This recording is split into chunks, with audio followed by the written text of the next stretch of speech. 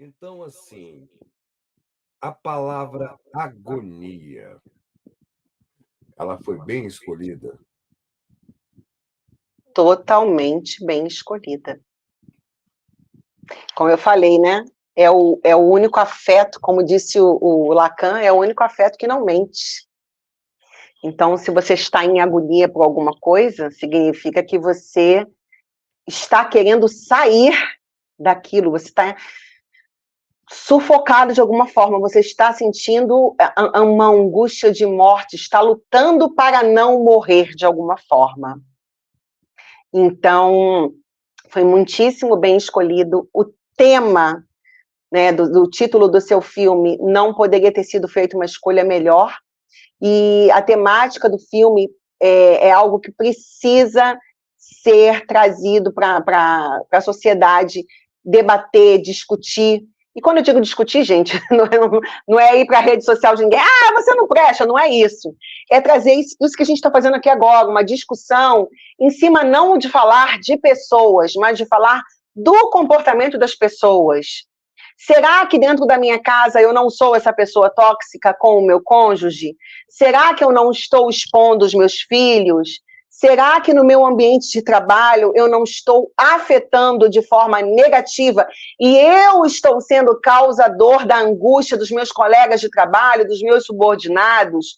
Então, quando você faz um filme que aborda essa temática dos transtornos emocionais, daquilo que as pessoas estão vivendo, que estão adoecidas, e você traz essa discussão para o campo da sociedade, para que as pessoas possam não olhar para os personagens como algo distante, mas para começarem a ter um olhar para elas a partir daquele personagem que ela está vendo ali.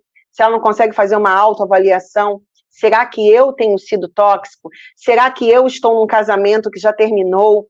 E ao invés de eu ser sincera com essa pessoa e finalizar de forma amistosa, ainda que haja dores, ainda que venha ter um período de luto, de dor, de tristeza, mas deixa eu terminar com essa pessoa de forma digna, para depois, assim, começar um relacionamento com uma terceira pessoa, mas não, as pessoas nem terminam, já encaixam um terceiro elemento naquela relação, e depois ficam vivendo aquele inferno, aí elas entram em agonia, tornam a vida delas algo horroroso, e aí acaba respingando na vida de todo mundo que está em volta.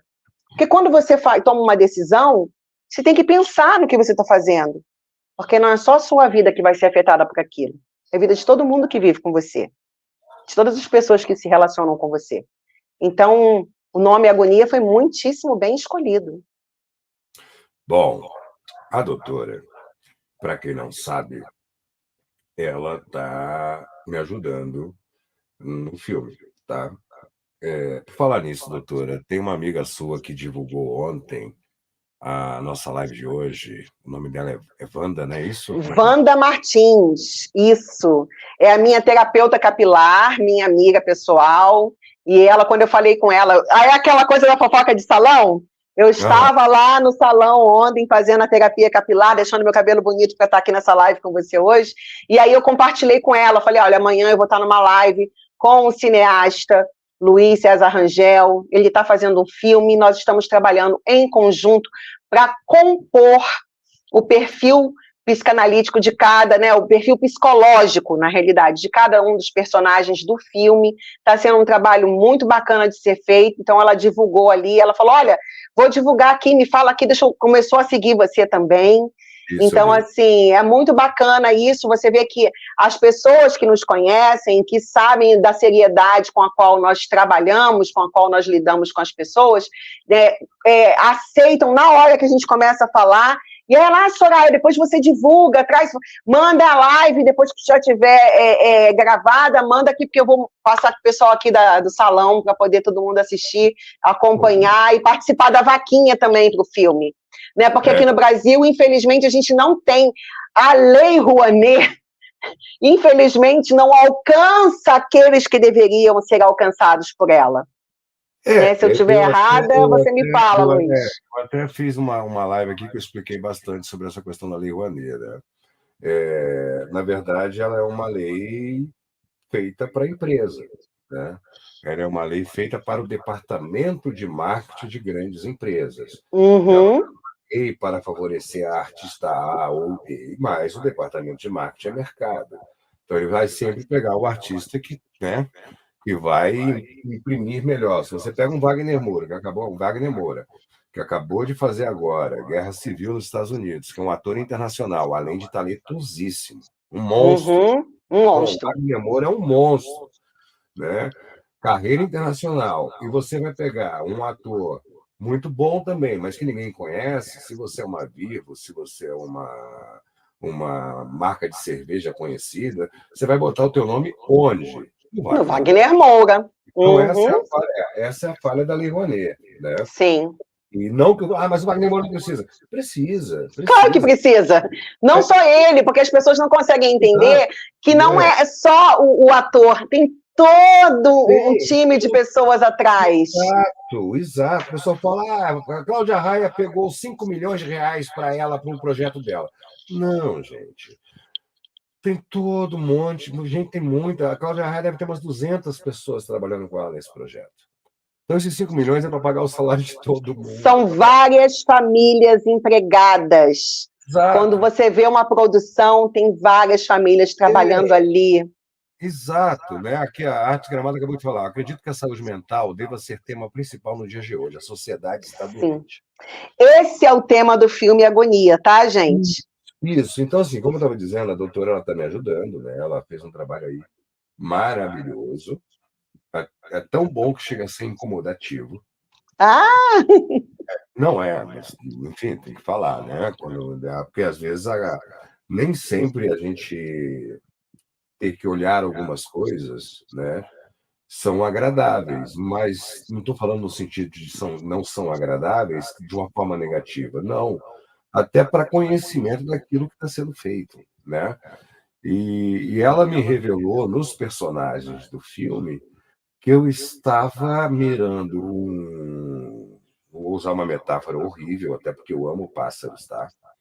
Mas eu estava mirando um passarinho e estava acertando num Boeing, né? Então, assim, o projeto ele se torna muito maior, né?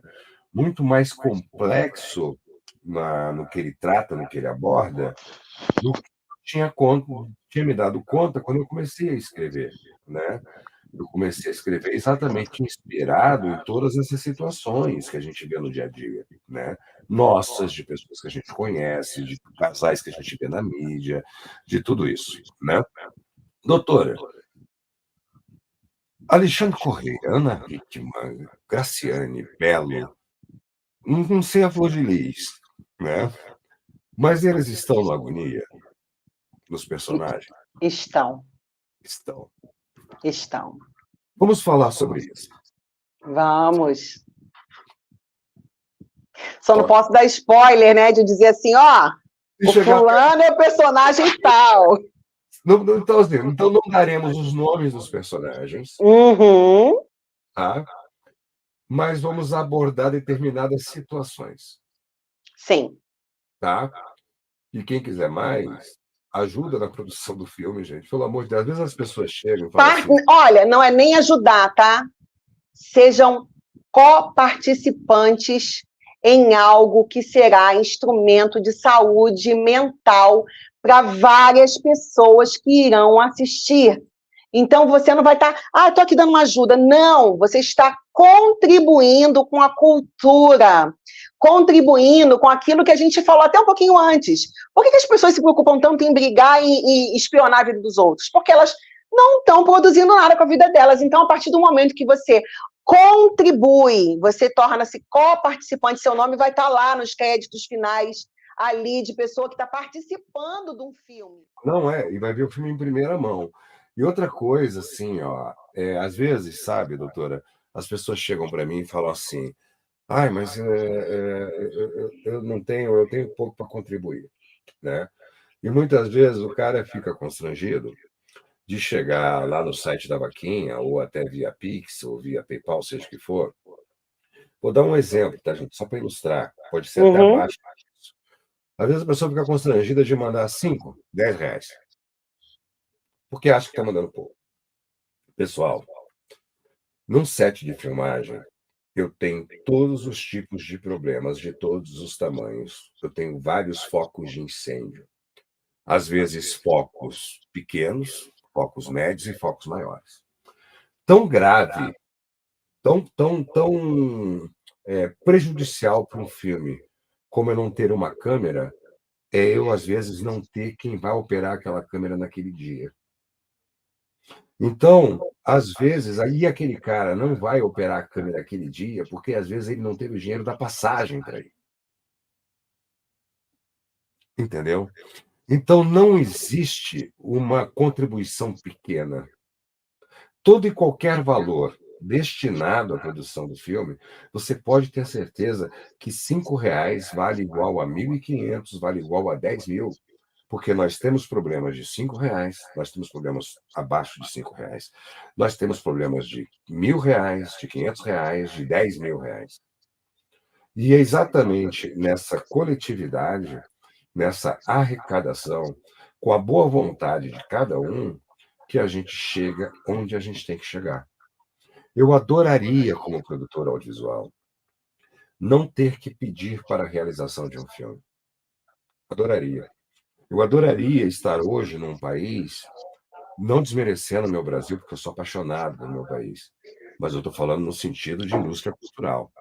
Eu adoraria me encontrar num país que bastava eu dizer que tenho um roteiro e aparecer em 4, 5 estúdios, 20 empresas querendo patrocinar e produzir, como acontece em alguns países que possuem uma indústria cinematográfica.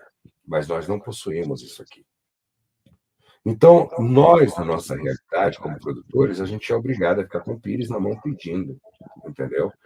Então, se você puder fazer alguma coisa, se você estiver preocupado realmente com a realização de um trabalho, sabendo que outras pessoas envolvidas vão sustentar suas famílias durante pelo menos aquele período que esse filme está sendo feito, ajuda, gente. Às vezes a gente joga tanto dinheiro fora, né, doutor?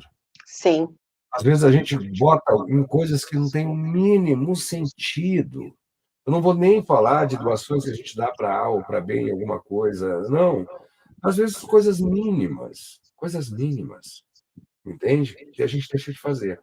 E eu quero, que a doutora Sônia agora, porque eu já falei demais, né? Comente sobre esses personagens e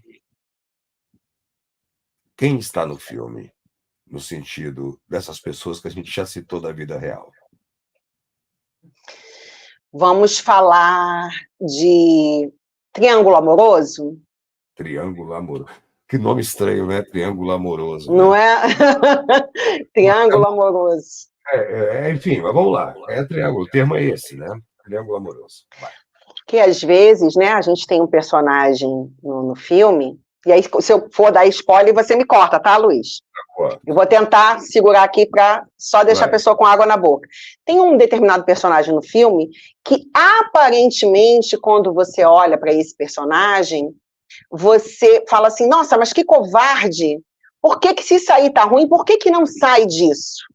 Uhum. E aí a primeira ideia que a gente faz é que achar que aquela pessoa está sendo covarde, mas você não sabe qual o pano de fundo da história da vida daquela pessoa, por que ela age daquela maneira, se ela é realmente covarde ou se ela é portadora de algum trauma, de algo que aconteceu lá atrás, que tornou ela uma codependente emocional, a ponto de estar numa situação ruim e não conseguir sair, e como não consegue sair, ela traz para dentro daquela relação um terceiro elemento, na expectativa de que esse terceiro elemento vai ser a mola propulsora, vai ser o combustível que vai me dar coragem para eu sair disso aqui, que não está bom. Só que as pessoas não percebem o perigo que é você estar em uma relação, que tipo de gatilho você vai disparar no outro, quando você, ao invés de concluir algo que não está bom, ainda traz um terceiro elemento para ficar vivendo nessa triangulação, que a gente chama de triângulo amoroso, e que de amoroso não tem nada, né? Porque tem um lado ali que daqui a pouco vai começar a se odiar. Então, é bem no reflexo dessas histórias que estamos presenciando aqui na mídia, e é o que a gente vai ver dentro do filme. A gente vai olhar para esses personagens e vai dizer, nossa, mas esse personagem aqui é tão maravilhoso, trata essa pessoa de forma tão maravilhosa, por que que ela não está correspondendo? Por que que ela está usando de mecanismos de defesa, de negação, de sublimação, para tentar dizer que não está legal e para sair daquela pessoa, para ir se encontrar com a outra? Então, quando você para olhar os personagens e você começa a acompanhar e você, num primeiro momento, olha só o que está aqui na frente, depois é que você vai entender a profundidade do que tem por trás, que é o que as pessoas fazem quando elas vêm para o setting analítico, quando elas vêm fazer análise. Tem gente aí comentando? Vê aí, Luiz, o que estão falando? A Angela Washington, Amando a live, boa noite. Ah, coisa boa, Amanda, muito bom. Vou botar os comentários do Destilado aqui, que o Destilado hoje está que está. Nina, a palavra certa é essa mesmo, agonia. Excelente, Nina, é isso mesmo. Maria do Céu Oliveira, excelente entrevista para a nossa reflexão. E tu me diria que existem culpados na trama do Agonia, ou são todos vítimas de uma covardia, de uma inconsequência? O que tu me diz, assim? Todos vítimas. São todos vítimas. Todos vítimas. Até o vilão. Até o vilão. Eu acho que principalmente o vilão. Principalmente o vilão. Quando você vai ler, você cria uma compaixão, vou te dizer, tá? São ali personagens de ficção, então é uma história com né? Porque é ficção pura ali, mas quando você vai olhar a personagem, você fala assim, caramba, isso aqui é o que está acontecendo com fulano de tal, com fulana de tal. Por que se tornou vítima?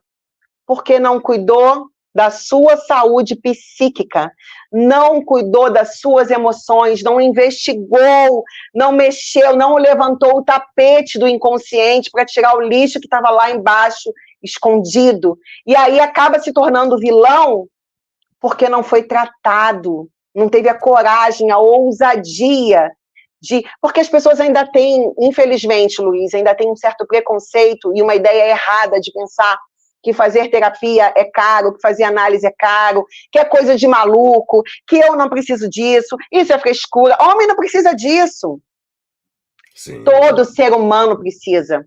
E às vezes, assim, que a gente não pensa muitas vezes, né, no algoz de uma história, num vilão de uma história, é que muitas vezes ele é vítima dele mesmo, né? Sim. O cara consegue ser vítima dele mesmo, e óbvio, né? A gente não vive sozinho, tem um efeito borboleta da coisa, que você vai fazer com todo aquele ecossistema na tua volta, sofra as consequências daquilo, né? Luiz, quando eu estava fazendo as análises, eu gosto sempre de anotar, né? E eu anotei algo que eu até escrevi para eu não me perder na hora de falar. Mas sobre a angústia, sobre a agonia, eu coloquei o seguinte aqui para a gente fazer uma reflexão. A angústia de ficar só, de ser abandonado e de não poder viver sem alguém ao lado é uma das situações mais regressivas que uma pessoa pode enfrentar no campo afetivo. Muitas pessoas se colocam em posições de maneira infantilizadas e permitem, por pura dependência, que o outro se torne seu algoz. Olha aí. Porque muitas pessoas aceitam pagar preços tão altos para se manterem em relacionamentos que já se mostraram degradados. Seria quase uma síndrome de Estocolmo, né? Sim, porque a angústia da separação torna a pessoa refém dela própria. Exatamente o que você falou. Eu escrevi isso aqui, e aí parte das relações de mãe com filho, parte da simbiose que as pessoas acabam arrumando nas relações, dos vínculos de dependência afetiva, de falhas narcísicas. Não é que a pessoa seja narcisista, porque de um certo ponto todo mundo tem um traço narcisista, um traço, gente. É isso, quando tu terminar de concluir, eu quero fazer uma pergunta. Por favor, continua. As posturas regressivas, a pessoa, ao invés de evoluir, de avançar, de entrar no processo de autoconhecimento e de limpeza daquele lixo emocional que está ali acumulado na sua mente, ela regride e começa a repetir tudo que já deu errado lá na vida dos pais, ou que já deu errado na família de onde ela veio, seja no lar adotivo, seja com cuidadores que ela teve. Então, a pessoa vai se enfiando em situações, em relações autodestrutivas, e aí depois elas não conseguem entender por que elas estão sofrendo essa agonia, essa angústia, essa coisa toda. Mas o que você quer perguntar? O termo narcisista vem da história do Narciso, né? Sim, do mito de Narciso. O cara se amava tanto, ele se adorava tanto, ele era tão perfeito que quando ele viu o reflexo dele na água, ele foi se beijar e caiu no rio e morreu. E caiu, isso. Resumidamente é isso. Esse é o Narciso e o termo narcisista. A gente escuta muito falar narcisismo, porque tudo agora é narcisismo, tudo é tóxico e tudo é psicopatia. É isso. E às vezes, como a gente falou no começo, às vezes a pessoa só é... E sem falar que tudo é déficit de atenção, é tudo isso. Hoje em dia é tudo assim. Hoje em dia é assim, né? Qualquer coisa é autismo, qualquer coisa, enfim, por aí vai. Mas, assim, até que ponto a gente separa, né, o que é uma pessoa... Porque tem a pessoa egocêntrica, tem a egóica, pessoa que é vaidosa somente, né, e tem o egoísta. Tudo isso, nas suas dosagens, né, podem ser salutar. Você pode ter um egoísmo saudável, você pode ter um egocentrismo até um certo ponto, até como sentido de autopreservação e saudável, até para se colocar, se posicionar em algum lugar. Você pode ser egóico também de uma forma saudável, por se reconhecer e enxergar o seu próprio valor, né? Você pode até para cuidado físico e tal, também saudável, mas até que ponto isso chega no narcisismo, ou o narcisismo em si não tem nada a ver com isso? Que ponto que essas coisas se tornam danosas? Todas essas coisas que você falou aí, todo ser humano tem. Né? Todo mundo, em graus maiores ou menores. Quando o meu egocentrismo começa a prejudicar as pessoas no meu entorno. Toda vez que eu sou alguma coisa, e isso que eu sou reproduz um comportamento que vai afetar os outros, aí eu já estou entrando no lado da patologia, já estou entrando no lado que não é legal. Porque aquilo que eu falei, o traço, se eu tenho um traço de ser vaidosa, isso é legal, você vai falar, pô, Soraya se cuida, ela se arruma, ela malha, ela vai no salão, ela, né? Bacana, quem está perto de mim vai falar, nossa, ela está cheirosa, nossa, ela está bonita, e isso aí afetou as pessoas ao meu entorno, mas de forma positiva. Mas a partir do momento que eu começo a ficar vaidosa ao extremo, ao ponto de começar a criticar você, Luiz, vai lá fazer a barba, seu cabelo tá horrível, não sei o que. Poxa, Soraya, mas precisa falar dessa forma? Aí é onde a minha vaidade, que deveria ser algo bom para reproduzir em mim cuidados e tudo, está começando a afetar você, porque eu estou sendo agressiva com você, aí é onde eu vou ser agressiva com a minha mãe, é onde eu vou ser agressiva com um colega de trabalho. Aí as pessoas falam, nossa, que insuportável, é uma narcisista. Que aí a pessoa não consegue entender o que é aquilo, que aquilo ali é só um comportamento que o ego dela está inflamado, que aquela pessoa está vaidosa ao extremo, e aí a pessoa não consegue, porque virou moda o termo narcisista, aí a pessoa começa, fulano é narcisista, tá vendo como é que ela se comporta? Ela acha que ela é melhor do que todo mundo, olha como é que ela fala comigo. Então é a partir disso aí, tá? Qualquer comportamento que eu tenha, bom ou ruim, mas que fique aqui na minha esfera pessoal, a partir do momento que começa a prejudicar e a causar dano no outro, já não é mais um comportamento isolado meu, já está indo para a patologia. Comentário da Melinda, uma live como essa deveria ter 1 milhão no mínimo assistindo. Estamos carentes desse tipo de conteúdo. O problema é que as pessoas, infelizmente, parece que elas não estão interessadas, né? Elas querem ver treta, elas querem ver arena, elas querem ver linchamento público, elas querem... O ódio enganja, né? Dá engajamento.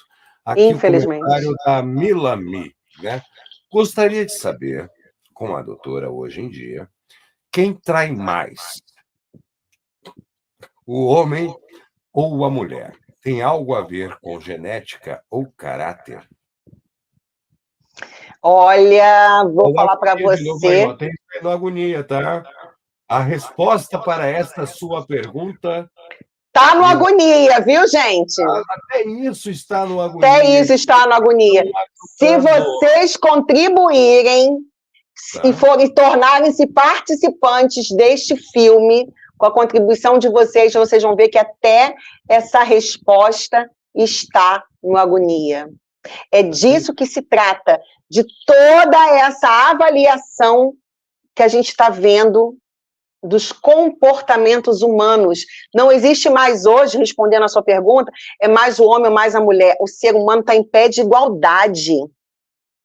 Se a gente vê uma briga aí o tempo todo na internet, é misandria, misoginia, é red pill, é não case, as mulheres são não sei o quê, é uma guerra entre os sexos, e eu que estou do lado de cá, na parte clínica que eu estou atendendo, vou falar para vocês, tem horas que eu preciso treinar a minha cara de azulejo, que é assim, ó, para não fazer, arregalar o olho, porque eu sou muito expressiva, para não fazer as minhas expressões de... Como é que é a cara de azulejo, doutor? Aham, entendi. Sim. Uhum.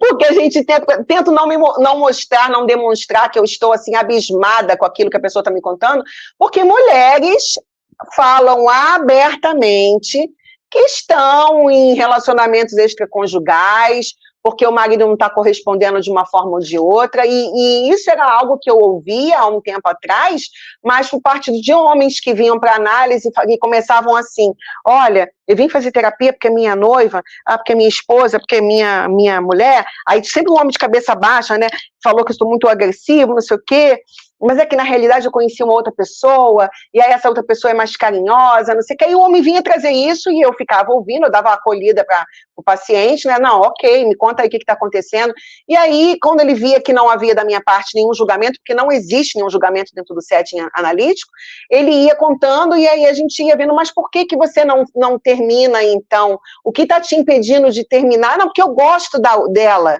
mas é que ela é ruim nisso, e essa outra é tão legal nisso. Hoje, o jogo já virou. Eu vejo mulheres vindo para o setting analítico para falar, olha, eu vim aqui para poder dizer que eu tenho um amante e que eu estou ali desenrolando um relacionamento, porque meu marido é maravilhoso, amo, quero estar com ele para sempre. Desculpe o comentário, gente, pelo amor de Deus, mas infelizmente isso é uma realidade. Uhum. Aplicativos voltados para isso. É apenas um senhor que ajuda. É o tal do Sugar Daddy, né? Estamos vendo nessa situação aí. Então, eu vejo... Tem no Agonia, tá? Tem no Agonia também, gente. Olha, o Agonia está recheado de personagens, está recheado de pessoas, é um universo bem Nelson Rodrigues mesmo, é a vida como ela é, viu? Sim. Porque tem ali personagens que você vai olhar e você fala, essa pessoa parece com o meu vizinho. Nossa, esse cara aí parece com o meu chefe. É o primo de um amigo meu. É o primo de um amigo meu, de um colega meu, da amiga da minha prima, da minha tia, que não é assim que as pessoas não querem falar que são elas né, fazem essa teia de aranha aí. Então, assim, hoje em dia está bem complicado, viu? Tanto homem quanto mulheres estão traindo e estão em pé de igualdade. O que eu diria para Mila é que o que muda é a estratégia de traição. Isso. Né? E o peso na consciência da traição. Sim. E eu vou falar uma coisa para você, Luiz. As mulheres são mais cuidadosas no esconder as traições. Exatamente. Isso eu te diria. O homem Mas deixa mais pistas. não O sei homem se muda o comportamento. porque ela veio perguntar, perguntou aqui se tem a ver com genética ou caráter. Não. Caráter tem assim, o ser humano, o homem e a mulher hoje em dia estão em pé de igualdade, então é aquilo que a gente até falou antes, os valores morais das pessoas, elas relativizaram tudo agora. Sim, Então, mas o que muda é igual os crimes passionais, né? O homem, quando ele mata a sua companheira, ele mata a sua companheira porque ele está naquele momento de fúria, de raiva, cegueira do ciúme, da posse, né? A mulher é um objeto dele, ele a possui, pode fazer o que quer, ela não vai ser minha, não vai ser de mais ninguém, ele vai lá e faz isso na hora, né? Normalmente, 99% dos feminicídios são assim, né? Ao contrário, não. Ao contrário, quando a mulher tem que matar o cara, ela não faz isso, muito raramente, a não ser quando é uma mulher que sofre abuso, né, que sim. já está morta em vida, que aí ela faz alguma coisa quando o A cara gente vai ia pegar dormir. uma Elisa Matsunaga, né? Sem entrar em muitos detalhes do coisa, mas que ela foi lá, matou o cara e esquartejou lá. A não ser um caso assim muito pontual, Muito mas em pontual. 99% dos casos, a mulher arruma um namorado, Uhum. começa a se queixar do marido, Uhum. aí já dá um jeito de vamos forjar um assalto e ele morre no assalto, entendeu? Há um planejamento. Há um planejamento. É diferente, entendeu? Se você quer colocar uma diferença, né, nesses desvios entre os homens e as mulheres, os desvios existem dos dois lados, só que o homem não pensa. Ele Né? vai no impulso. Ele vai age no calor da impulso. emoção. Exatamente, por isso ele não é cuidadoso, por isso ele acaba dando mole, ele muda o comportamento e tudo, porque ele não pensa. A mulher não, a mulher ela consegue, por incrível que pareça, apesar de toda a sua sensibilidade e tudo, ela consegue racionalizar isso, é uma coisa impressionante. Embora a mulher seja um ser emocional, na hora que ela quer cometer algo, ela racionaliza, é incrível, ela trama. Isso é incrível, sabe? Por isso que eu admiro vocês, mulheres, porque isso eu acho uma coisa impressionante. Não somente na mulher propriamente dita, né? Uhum. Homossexuais que são por lado feminino, né? No caso, eles também possuem esse tipo de. Possuem. Né? É uma coisa, isso é da mulher, isso é do feminino. Do feminino, isso. Do feminino. O masculino não possui essa capacidade. O masculino ele é impulsivo, ele é descuidado, ele é relaxado, né? O feminino não, o feminino ele organiza. Aí sim a gente pode pensar numa genética, mas não numa genética racial, não numa genética. A gente pode pensar numa genética da época das cavernas. Enquanto o feminino tinha que cuidar da família dentro da caverna, o masculino ia com um pedaço de pau no meio do mato para trazer alguma coisa para comer. Para caçar. Exatamente. A gente pode, se quiser traçar um perfil genético, a gente pode tentar dessa forma. Né? E eu vou até falar para você, tá, de epigenética, de a questão hormonal, tá, Luiz? Muitas mulheres assumiram hoje comportamentos masculinos porque existe um excesso de testosterona, que é um hormônio masculino. Então, você vai ver algumas mulheres tendo atitudes masculinas por conta do hormônio, e alguns homens tendo atitudes femininas por queda de testosterona. Não é que ele tem progesterona, ele tem baixa testosterona. E aí você vê os comportamentos ali oscilando. Sim, e que não tem nada a ver com sexualidade, tá, gente? Nada a ver. Comportamental, não é? Comportamental, isso aí. Pode ser extremamente sensível, ter uma alma extremamente feminina e ser hétero. E a mulher pode ser masculina, na atitude de tudo, e também ser hétero. Né? E ser hétero, isso aí, exatamente. Não tem nada a ver com a sexualidade, essa parte. Muito bem. Né? Caso do Kaká, o que aconteceu aqui? Deixa eu botar aqui que a Melina o caso da legal. Que falou que acabou com o casamento, mas ele era perfeito demais. Perfeito demais. E com ela e fazia tudo por ela. O que diz sobre isso? Então, eu acompanhei isso. Você viu, Luiz, esse caso? Não tô sabendo. Eu vi, então eu posso falar aqui, né, com conhecimento de causa. A Carol Celico, a primeira esposa do Cacá, o Cacá, tanto ele quanto ela eram virgens, se casaram virgens, eram pessoas da igreja e tudo, então tiveram ali aquele casamento de filme, né, aquela coisa perfeita, maravilhosa. Logo que se casaram, um tempinho depois ela ficou grávida, então ela teve a menina, depois teve o menino, e do nada ela entra num processo de que não estava satisfeita com o casamento. E aí o Cacá ficou 2 anos tentando, ele até utilizou de um filme chamado Prova de Fogo, que é um filme cristão, que estimula os casais que estão com problema a fazerem, cada dia da semana, fazerem um gesto de amor para resgatar o cônjuge. Então, tipo, fazer atos de serviço, a minha mulher está reclamando que eu não ajudo em casa, vou começar a ajudar, vou comprar um buquê de flores. Cada dia ele fazia uma coisa diferente, durante 40 dias, para tentar ver qual era a linguagem de amor que ele não estava utilizando e que estava fazendo com que ela se distanciasse e quisesse o divórcio. E aí ele tentou por 2 anos, com muito peso, com acompanhamento de pastores, de terapeutas, de todas as maneiras ele tentou.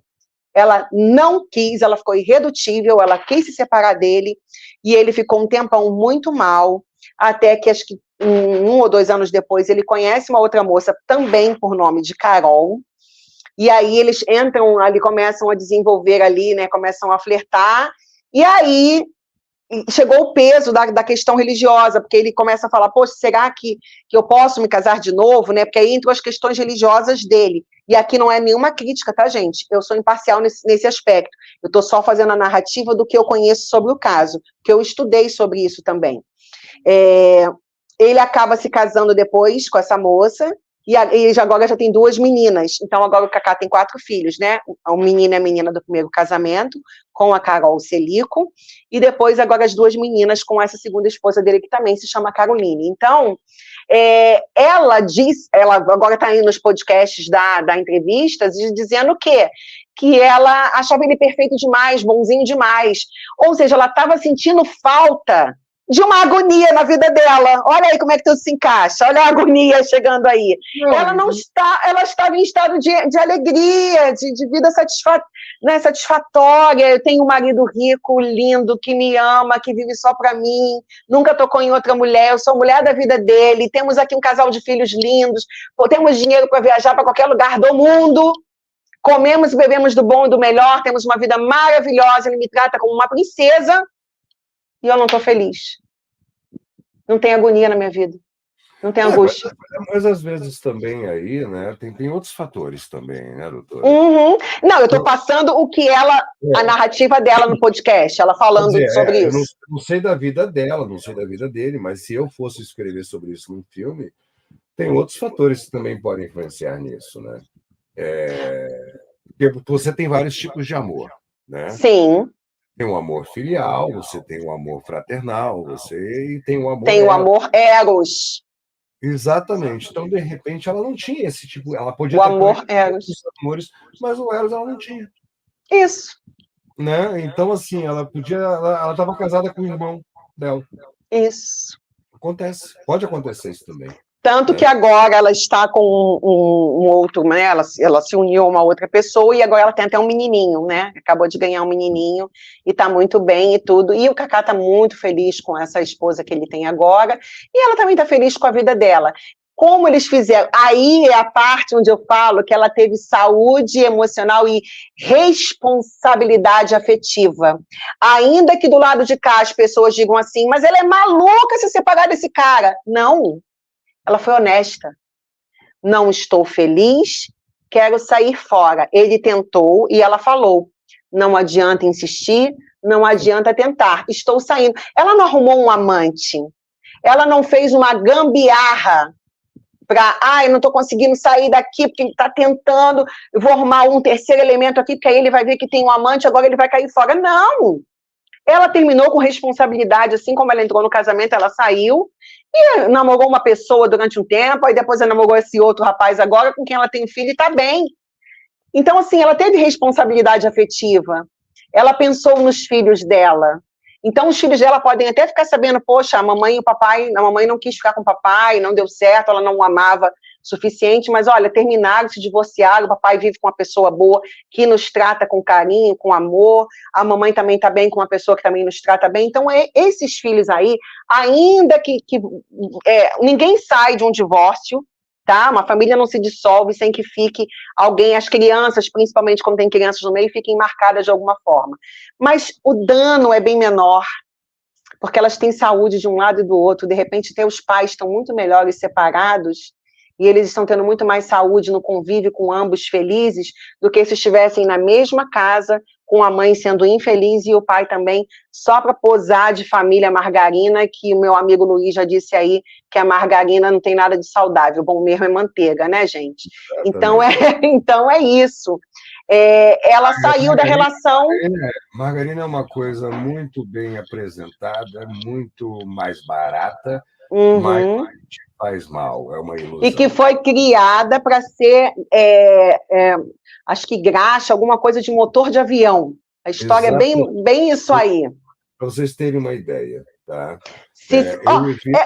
Simples, Luiz. Pega um pote de margarina, põe aqui em cima da mesa e deixa aberto.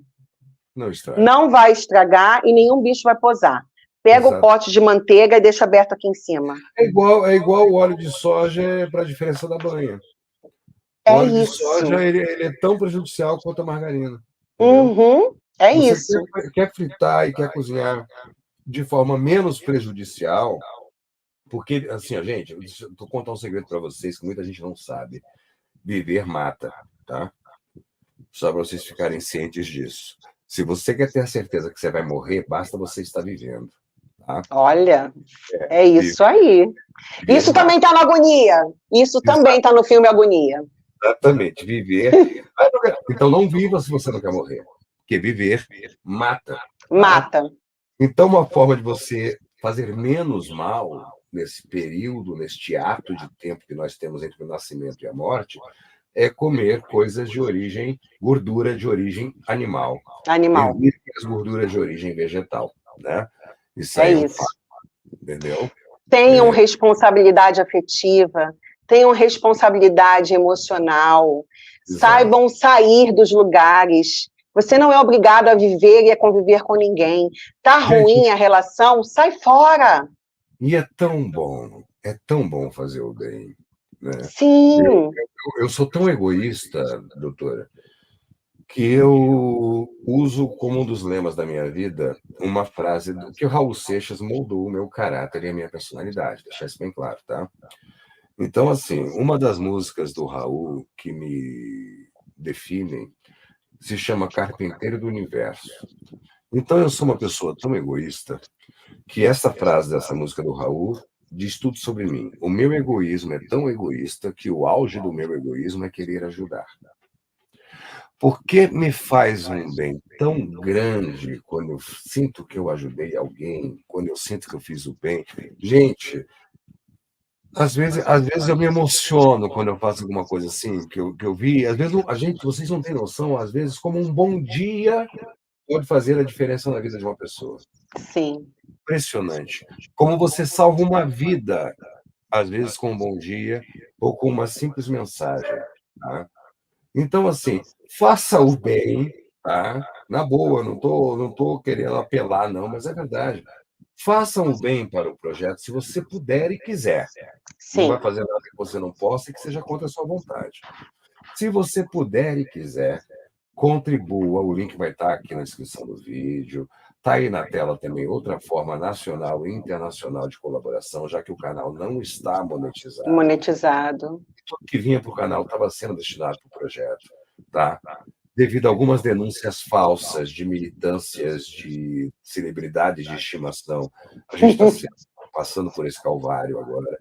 Então, faça o bem. Você vai ver como é que você vai se sentir legal, fazendo o que você puder, se quiser fazer e puder fazer, pelo projeto do longa-metragem Agonia. Porque você vai estar contribuindo para um trabalho, porque aqui não está um cara pedindo algo para fazer alguma coisa que você não sabe se vai existir ou não.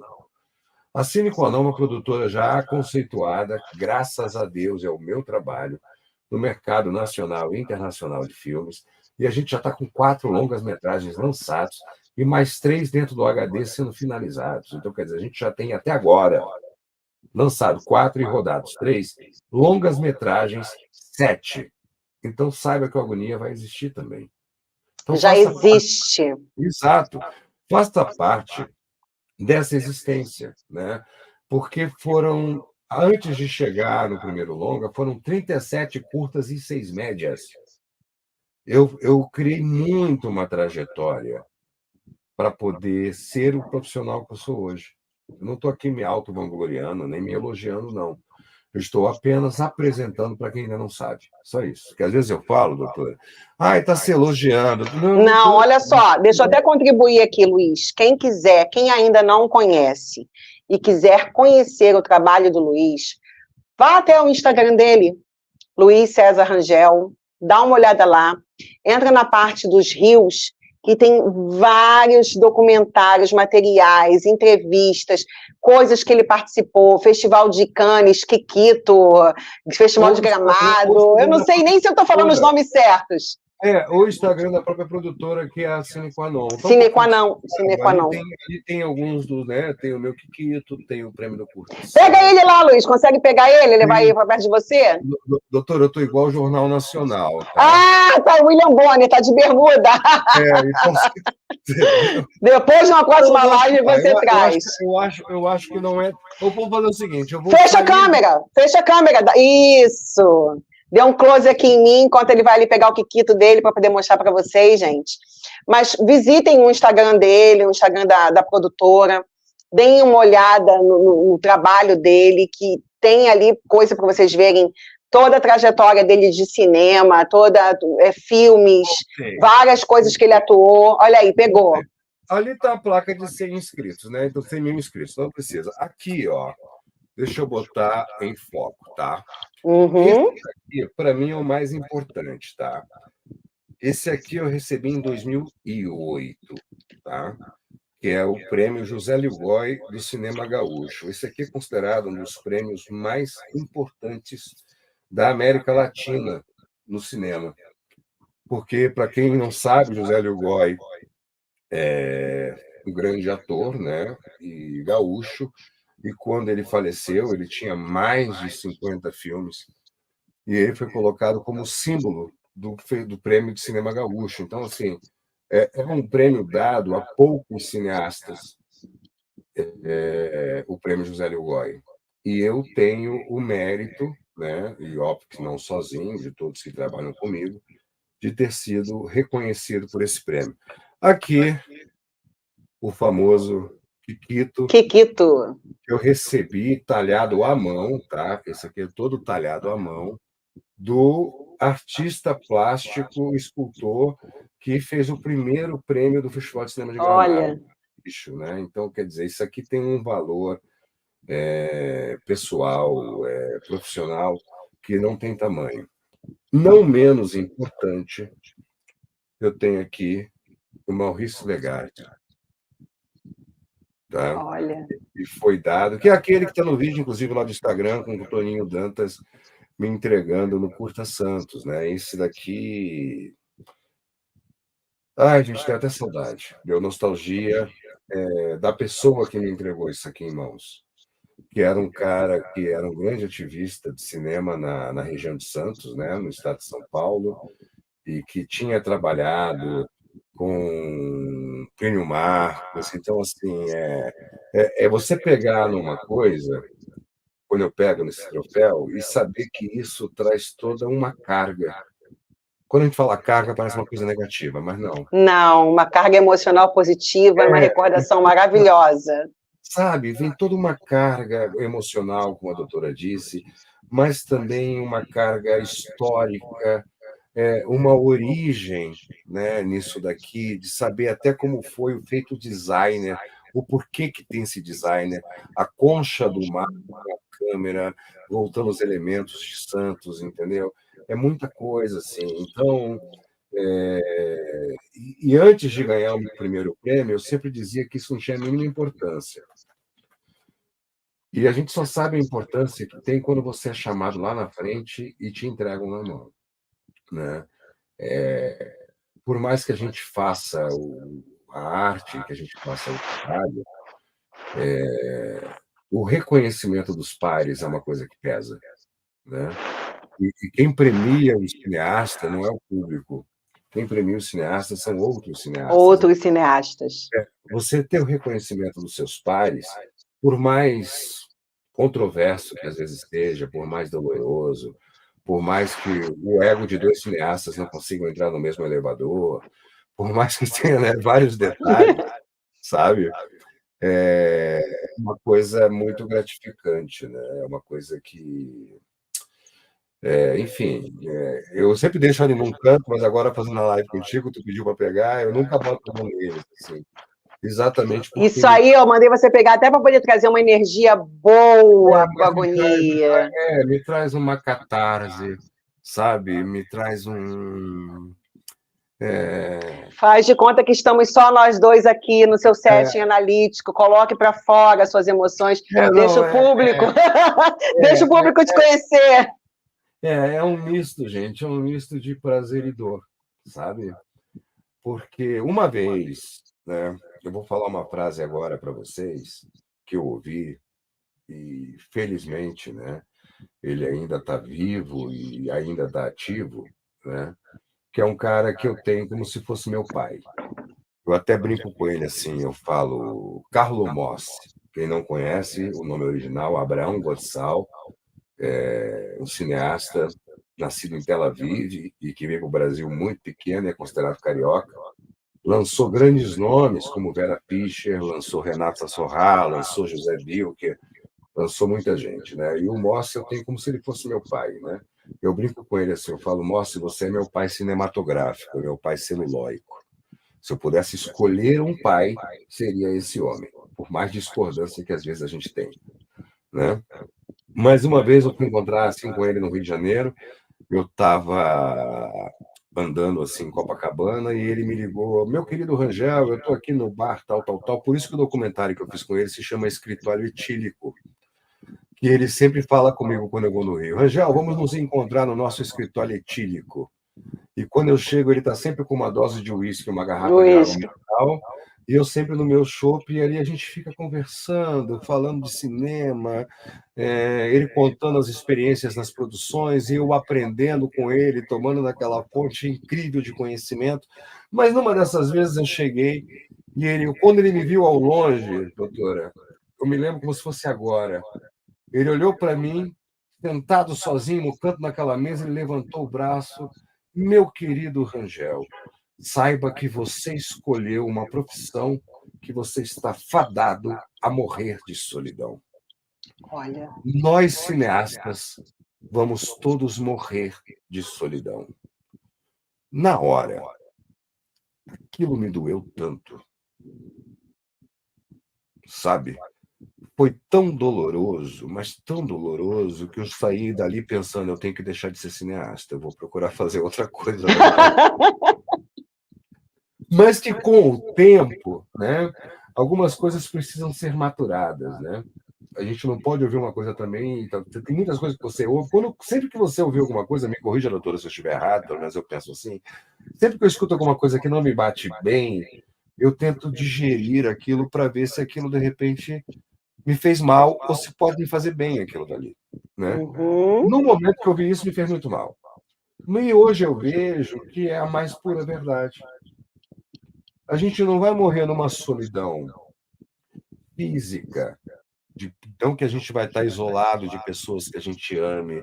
Não é nesse sentido. Não é. Mas a gente vive um processo muito solitário na criação.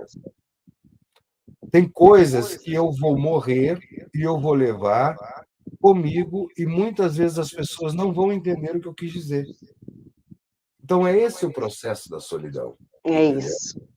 E eu me preocupo muito com isso, eu me preocupo a cada momento numa obra ser mais explícito possível e deixando bem claro, não me avaliem pela minha obra. Porque muitas vezes, o Rangel tem essa personalidade porque ele botou tal história no filme. Não, gente. Eu Não. abordo uma história no filme pelo olhar do outro, eu abordo uma história no filme para trazer o debate, para causar realmente um incômodo, para a gente caminhar para uma consciência. Eu não tenho nada a ver com agonia, mas eu estou ali na ótica de tudo que a gente está vivendo e abordando as dores que nós temos na nossa sociedade em convívio com todos, para a gente trazer isso para o debate, né? São dos incômodos que nascem as mudanças e as transformações de uma sociedade. Enquanto estiver todo mundo confortável pensando dentro da mesma caixinha, nada acontece. Esse incômodo é muito positivo. É igual o que eu ouvi uma vez quando eu era adolescente. Você só aprende algo quando você está sofrendo. Se você está alegre, você não está aprendendo absolutamente nada. Você está rindo, está feliz, está numa festa, cara, você não está pensando em nada, você não está vivendo nada. Quando você entra num sentimento de angústia, de catarse, de solidão, até mesmo numa depressão, é a hora que você começa a devagar, né, e refletir sobre as coisas, né? Por isso que eu sempre digo, eu odeio a solidão, mas amo a solitude. A solitude, para mim, é algo de ouro, vale ouro, sabe? E é isso. É isso que dá fazer live com o terapeuta, a gente começa a se soltar. Ela vai, sabe, abordando e costurando ali, e a gente vai se soltando, né? Isso é ótimo. É muito bom poder ver você olhando com carinho para as suas conquistas, porque eu escuto e eu ouço. São coisas distintas. E na live que você fez com o Abraão, você disse que dentro do seu processo de criação, você faz as coisas, mas é com tanta dor, é com tanta luta, que no final, quando termina, você fica... Será que você não consegue degustar ali a sua conquista? Você já fica pensando, eu tenho que fazer uma outra coisa para ver se essa outra coisa que eu vou fazer vai ser o que vai me gerar a alegria. Então, eu até provoquei que você fosse ali e pegasse, né, os seus prêmios para você trazer, para mostrar. Só alguns, você... Tem mais coisa, senão... Tem mais coisa, Para quê? Para quê, Luiz? Para poder provocar em você, até por esse momento maravilhoso de criação desse filme espetacular, que mais uma vez eu vou falar aqui com as pessoas, não estou apelando não, tá, gente? Eu estou convidando vocês a serem participantes, co-participantes de algo que vai trazer um benefício de discussão sobre saúde emocional, responsabilidade emocional, coragem, medo, vergonha, traumas, pessoas que querem salvar o outro e acabam, em detrimento disso, se prejudicando. Tudo isso tem dentro do Agonia. Participem, colaborem, 5, 10, 15, 50, 100, quanto você puder contribuir. É aquilo que o Luiz falou antes. Às vezes você não sabe que aqueles R$50 que você colocou ali é o dinheiro da condução de ida e vinda de um câmera que vai estar ali no dia fazendo, contribuindo ali com a filmagem. Então, às vezes, é R$15, é o café que o pessoal lá do estúdio vai estar tomando para poder ter um gás, para poder fazer. Então, nós temos problemas dentro de um setting de filmagem, que vai do cafezinho à locomoção, e você não está contribuindo só com, é um filme para poder a pessoa se engrandecer. Não, você está contribuindo com a cultura, você está divulgando ali conhecimento para outras pessoas, ao invés de ficarem em rede social, né, discutindo, torcendo para A ou para B. Você vai estar ali gerando empregos, famílias estão tirando o sustento ali do cinema. Então, é muito bom isso. E outra coisa, deixando um material que vai ajudar para as próximas gerações a verem, poxa, olha essa discussão que teve aqui em cima desse filme, olha esse personagem, olha o que ele fez, olha o que ele foi capaz de fazer, porque não cuidou da sua saúde emocional. Olha, eu estou indo por esse caminho aí, então é melhor eu pegar e começar a cuidar agora. Então, tudo isso, sabe, para você poder ver, Luiz, a grandiosidade e a responsabilidade que pesa sobre você. Tá fazendo outra coisa, Luiz? Não. E é uma coisa muito louca, assim, ó, até o Thiago, aqui do Deixar do Brasil, colocou, que bom ver o Rangel tendo prazer em mostrar o profissional que é. Isso. Rapaz, assim, ó, eu amo o que eu faço, tá? Eu tentei, eu fiquei 10 anos sem fazer cinema. Uma vez um grande cineasta aqui do Rio Grande do Sul, né, que infelizmente, né, já está bem doente, está com Alzheimer, né, e, enfim, hoje ele não é a sombra de quem já foi um dia. Ele chegou para mim, são uns 20 anos, 20 anos atrás. Ele chegou para mim e falou assim: Rangel, às vezes eu escuto alguém me falar que largou o cinema. Aí eu olho para esse cara e falo: como esse cara é pretensioso. O nome dele é Jesus Faio. Mas por que Jesus? Ele, porque não é o cinema, não é o cara que largou o cinema. O cinema que largou o cara é Cinema que que tem largou o cara. capacidade para continuar com ele. Isso aí. Eu ouvi isso do Faio uma vez, né? E teve um dia na minha vida, assim, que eu falei: eu vou largar. E fiquei 10 anos. Não tinha um santo dia durante esses 10 anos que eu não ouvi essa frase na minha cabeça. Você não está largando o cinema é que te deu um pé na bunda porque tu não teve capacidade de continuar com ele. Isso me doía, isso me doía, isso me doía, isso me adoeceu de um ponto, gente, que vocês não sabem. Aí foi quando eu voltei, né? E quando eu voltei, aí que veio um negócio engraçado, né? Que eu vejo que, na verdade, eu não larguei o cinema. Eu estava num casulo maturando o que eu tinha que digerir e processar de tudo que eu já tinha passado na minha vida até aquele ponto, para voltar mais forte, né? Aí Mais foi quando veio com forte. tudo. Aí foi quando já saíram os quatro longas, né?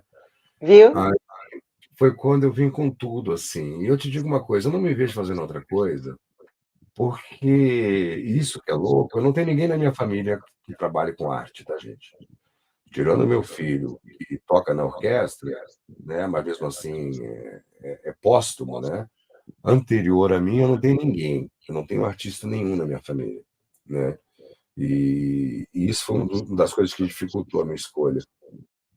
Mas eu me lembro, doutor, que eu era criança, as primeiras imagens que eu tenho na minha cabeça, além daquela locução que entrava antes de cada filme, este filme foi originalmente produzido em preto e branco. Antigamente tinha essa locução antes dos filmes preto e branco, né?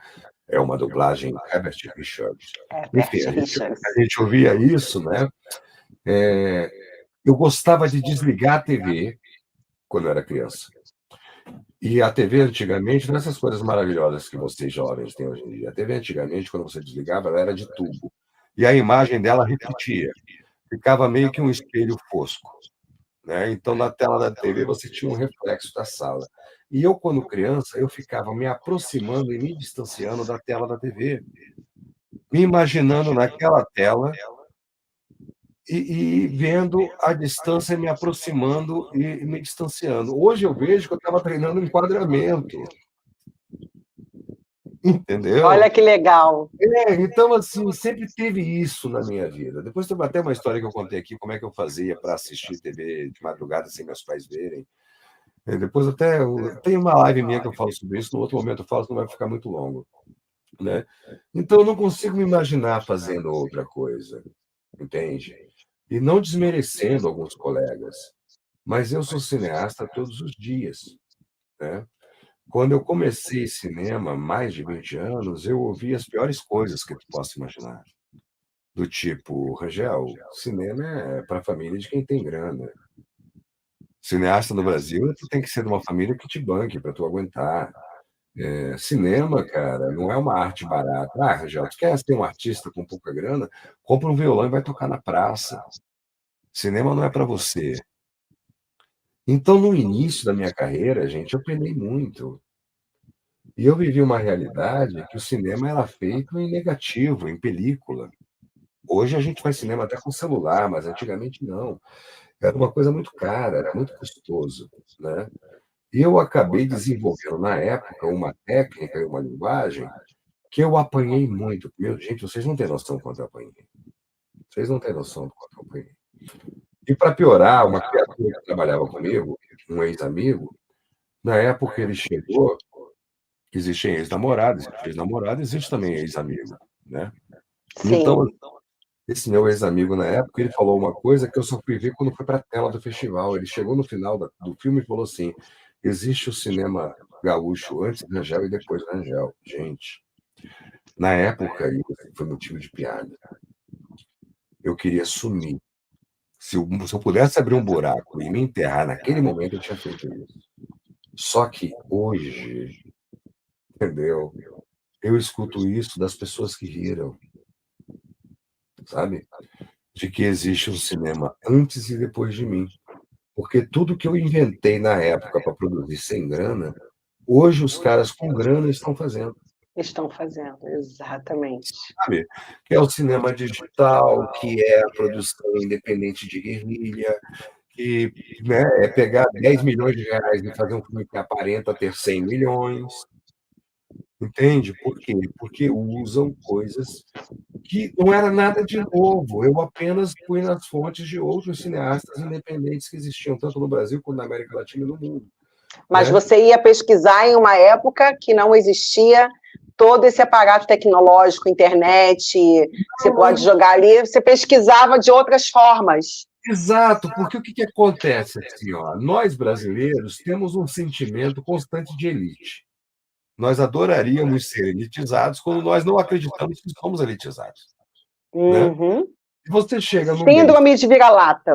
exatamente, você chega no meio cinematográfico que quem faz cinema ou vem de uma família abastada, né? Ou realmente já está inserido num grupo de amigos assim, essas pessoas são a nata, eles são a elite. Então, esses caras, eles sempre vão tentar aprender na atualidade. Dificilmente você vai ver um cara que está fazendo cinema desse grupo citar o nome de algum cineasta brasileiro da antiga. Ele sempre vai citar algum gringo, sempre vai citar uma produção hollywoodiana, ele sempre vai citar, porque é a bolha que ele vive, né? E na minha época, quando eu comecei, não era diferente. Então, o que que eu fui fazer? Enquanto esses caras estavam ali enaltecendo o grande cinema europeu de indústria que existia, da parte de indústria do cinema europeu, ou do grande cinema cult indiano, não sei das quantas, eu estava batendo na porta, nos botecos do Rio, atrás dos cineastas dos anos 70 e 60 do Rio de Janeiro, que ninguém lembrava mais. Você estava indo Entendeu? beber direto na fonte. Exato. Então, enquanto eles estavam ali, eu estava conhecendo um Carlo Mossi. Nossa, como é que você fez aquele filme em 1960, cara? Como é que tu fez aquela cena? Ah, já, a gente não tinha dinheiro, a lente custava uma fortuna. Eu cheguei para o diretor de fotografia, peguei minha lente comum de máquina fotográfica, pedi para ele adaptar, não sei o quê. E nisso eu vinha trazendo para a realidade que eu tinha de ferramenta contemporânea, entendeu? Como é que você fez tal cena? Ah, eu botei a câmera ali, filmei de tal jeito. Ah, não, né? Como é que você fez aquela cena no Cairo? Que Cairo, rapaz? A gente não viajou para o Egito, não. Tinha ali um cartão postal escrito Cairo e a gente filmou o cartão balançando um pouquinho a câmera para dar movimento. Olha, Sabe? Então, foi isso, né? E comecei, dentro do processo digital, a desenvolver toda uma linguagem, todo um traço. Aí foi quando eu comecei a dar aulas, né? Fazer as minhas oficinas. Elas correram o Brasil todo, fora as pessoas que vinham de tudo quanto era canto do Brasil, na época que eu morava em Porto Alegre, para ter aula comigo em Porto Alegre, né? Então eu dei muito, tem muito ator que está aí que passou por mim, né? Muito técnico que está aí hoje também que passou por mim, né? Então as pessoas que riram naquela época hoje chegam e, cara, tu estava certo. Só que aí me veio uma sensação muito engraçada. Eu fico com raiva. Eu falo, pô, precisou demorar 20, 30 anos para tu reconhecer isso, criatura? Por que que você não falou isso na época? Olha o trabalho que tu me deu até hoje, né? Para chegar agora e falar, pô, tu tinha razão. Não me diz, eu prefiro que não me fale. Não me fala que eu estava certo. Deixa eu achar que eu fui batendo cabeça até acertar. Porque falar para mim, depois de 20 anos, que eu tinha razão, me dá uma sensação de injustiça, sabe? Que é brabo. Não é brincadeira, não. Entendeu? mas eu te entendo perfeitamente. Essas pessoas também precisaram passar pelos processos delas, inclusive para derrubar o ego, a vaidade de, pô, tem que reconhecer, o cara é bom. Pô, tem que reconhecer, o cara tinha razão. É, Tem que reconhecer, o cara é o cara. Demorei, mas antes tarde do que nunca. mas assim, por exemplo, tem um filme, gente, com Anthony Hopkins, que ele conta a história não do Alfred Hitchcock toda, ele só conta a época que o Hitchcock, o que que o Hitchcock passou para produzir Psicose. Quem não viu esse filme, assista, tá? Se chama Hitchcock. É um filme que o Anthony Hopkins faz o papel do Alfred Hitchcock. né? E é muito louco isso, porque o Hitchcock ele já era consagrado, ele já era o cara, e ele botou na cabeça que ele queria fazer Psicose. Ninguém apoiou. O que ele fez? Ele penhorou tudo que tinha, correu o risco de perder tudo para bancar o filme do próprio bolso, né? Aí a mulher dele perguntou para ele: por que você está fazendo isso? Eu só quero entender, eu não vou te perguntar de novo, eu vou contigo, a gente vai fazer, não tem problema, se a gente se arrebentar, a gente se arrebentou, mas eu só quero entender por que você está fazendo isso. Ele olhou para ela e falou assim: sabe esses jantares de premiação?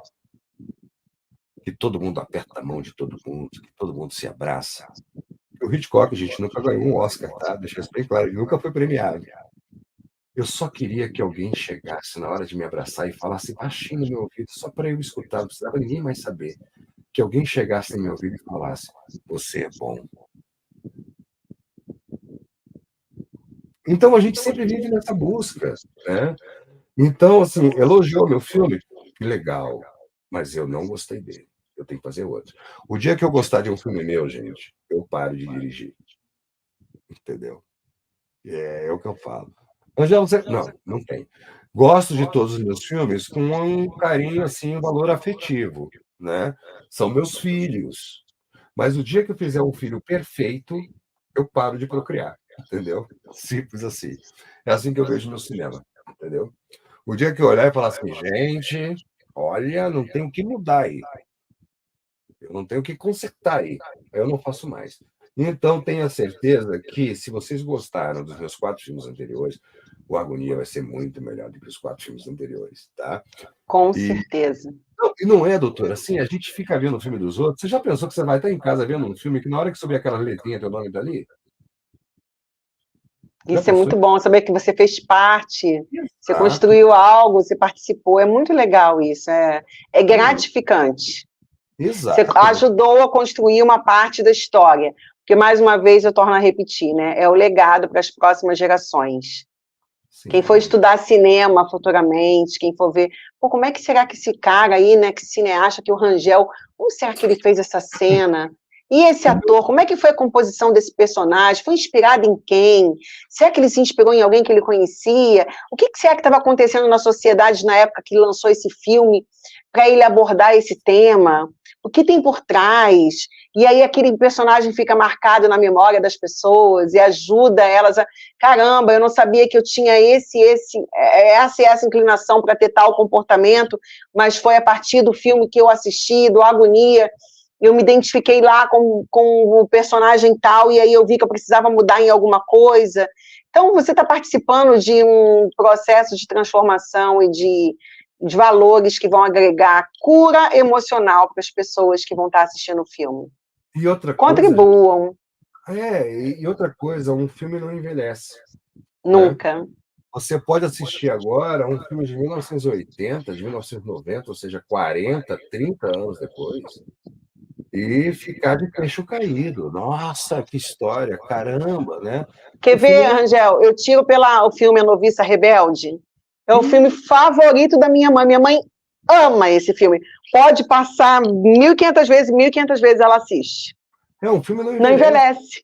O filme não envelhece. Então, assim, o filme que é feito hoje, daqui a 10 anos ele está aí, daqui a 20, 30, 40, 50, 60 anos ele vai estar aí. Enquanto existir mundo, ele vai estar aí. Ele vai estar aí.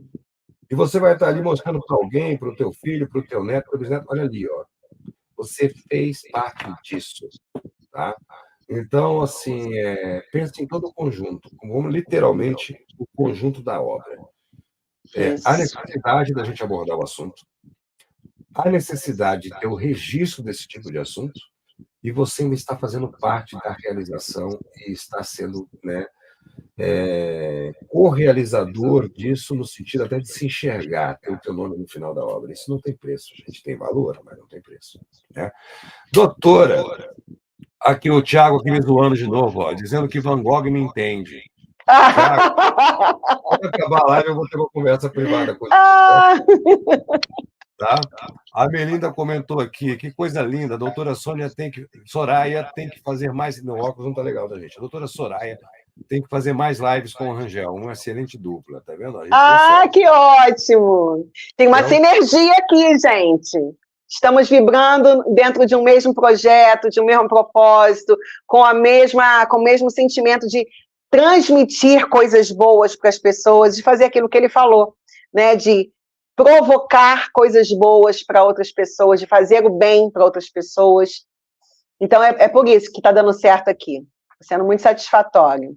Não, e é legal, gente. Assim, a gente pode até depois, num outro momento, né? Vai depender também de disponibilidade de horário, enfim, combinar um bate-papo com perguntas e respostas de coisas que aconteçam pontualmente, Sim. né? Algum tipo de atitude de alguma celebridade em relação a algo, algo que incomode, por exemplo, um assunto que eu até fiz uma live aqui de reflexão sobre aquela sobrinha que foi levar o tio morto para sacar dinheiro, né? O que que pode fazer, o que que se passa numa situação dessa? A gente debater sobre esses assuntos seria muito legal, tá? Então fica aqui o Sim. convite, doutor, aberto para a gente falar sobre isso. O convite já está aceito. Ó, tá vendo? Eu acho muitíssimo importante trazer essa discussão, porque hoje a gente sabe que existe um tribunal na internet. Sim. E às vezes as coisas não são tão ferro e fogo como as pessoas. Ah, é isso, é aquilo. Calma. Não, e é um tribunal sem Código Penal e sem Constituição, né? E sem advogado de defesa. Está julgando, né? Uhum. Mas é isso. Doutora Soraya, muito obrigado, né? Eu estava com medo, ainda bem que a senhora não começou a tocar sobre muitos personagens do Agonia, mas a gente enxerga todas essas pessoas que a gente comentou. Todas as pessoas estão lá. Não É só uma agonia ver tanta gente não só na agonia. algumas situações também, Sim, também. né? Algumas situações também, né? Existe algum personagem dentro do filme que seja assim bem resolvido? Ninguém na vida real é bem resolvido. Todos nós temos nossas dores e os nossos pontos de agonia. No filme, deixa eu ver, eu acho que o pipoqueiro. Tem pipoqueiro nenhum, não, tá, gente? Estou falando aqui para brincar. Não. Tem sim. Tem gente ali que tem personagem. Pode falar qual é o personagem que eu acho que está bem resolvido, que está bacana? Pode. A sócia da personagem. A sócia da Isabel? Da Isabel, uma pessoa ali que. Mim, bacana. Eu estava mais inclinado a estar bem resolvido o Michel. Sim, também. Mas será que eles não estão bem resolvidos porque estão cuidando da vida do outro e não da deles?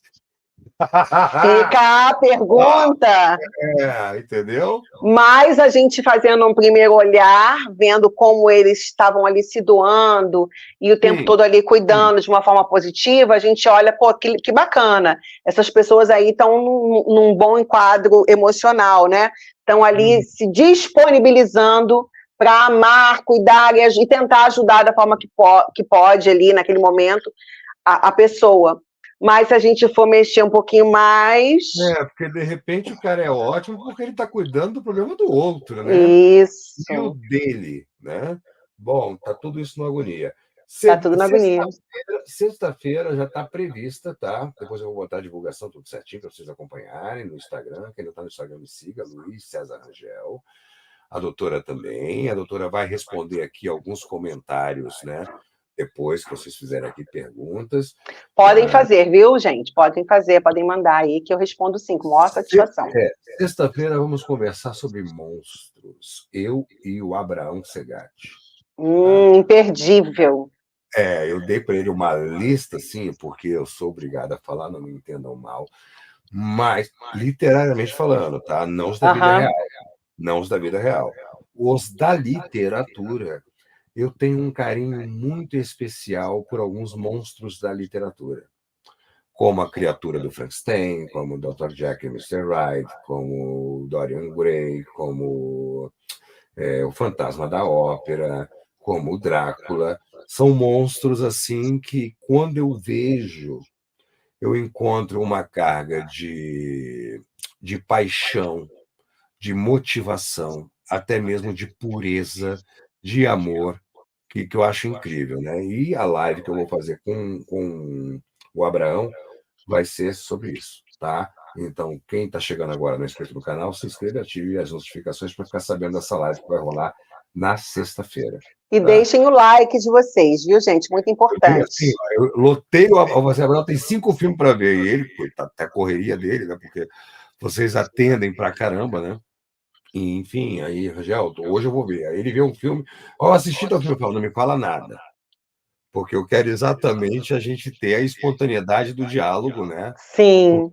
Se eu falar o que é, porque eu tenho minha opinião, o motivo pelo qual eu defendo até a morte cada monstro desse, né? Então vai ser bem legal essa live, tá, pessoal? Fica ligado aí. Doutora, muito obrigado. Mila Mia aqui agradecendo. Aí, obrigado por hoje. A gente que agradece a presença de todos vocês que estiveram até agora aqui com a gente. Gratidão, pessoal. Tenha uma excelente final de domingo, início de uma semana maravilhosa. Vamos torcer que eu consiga reaver a monetização aqui do canal. Enquanto isso, gente, quem quiser e puder, qualquer valor, Pix no Brasil, cinequanon@outlook.com ou PayPal para o exterior, cinequanon@outlook.com, tá? Você só não ajuda a gente se você não quiser ou se você não puder.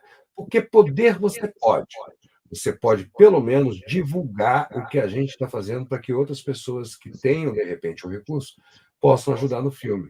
Já é uma grande contribuição, tá? Então, assim, poder todo mundo pode. A questão é querer. Querer. Tá? Exatamente. Doutora, eu vou só aqui dar o tchau para o pessoal, se ela quiser dar uma consideração final, vou desligar. Quero sim. Angel, mais uma vez, parabéns pela excelência do seu trabalho. Continua, não pare, que você brilhe muito, que você faça muito sucesso, que você ajude muitas famílias, sabe, a prosperarem. A gente precisa de empreendedores como você. Você não é só um cineasta, você é um empreendedor que faz com que várias famílias tragam pão de cada dia para sua mesa quando você produz um filme, quando você cria algo. Você deixa de herança para a gente, para as próximas gerações, personagens que vão ajudar muitas pessoas a se encontrarem de repente um rumo na vida. Eu quero agradecer a oportunidade de estar aqui com você nessa noite. Quero agradecer a cada pessoa que participou e que ficou com a gente aqui até o final.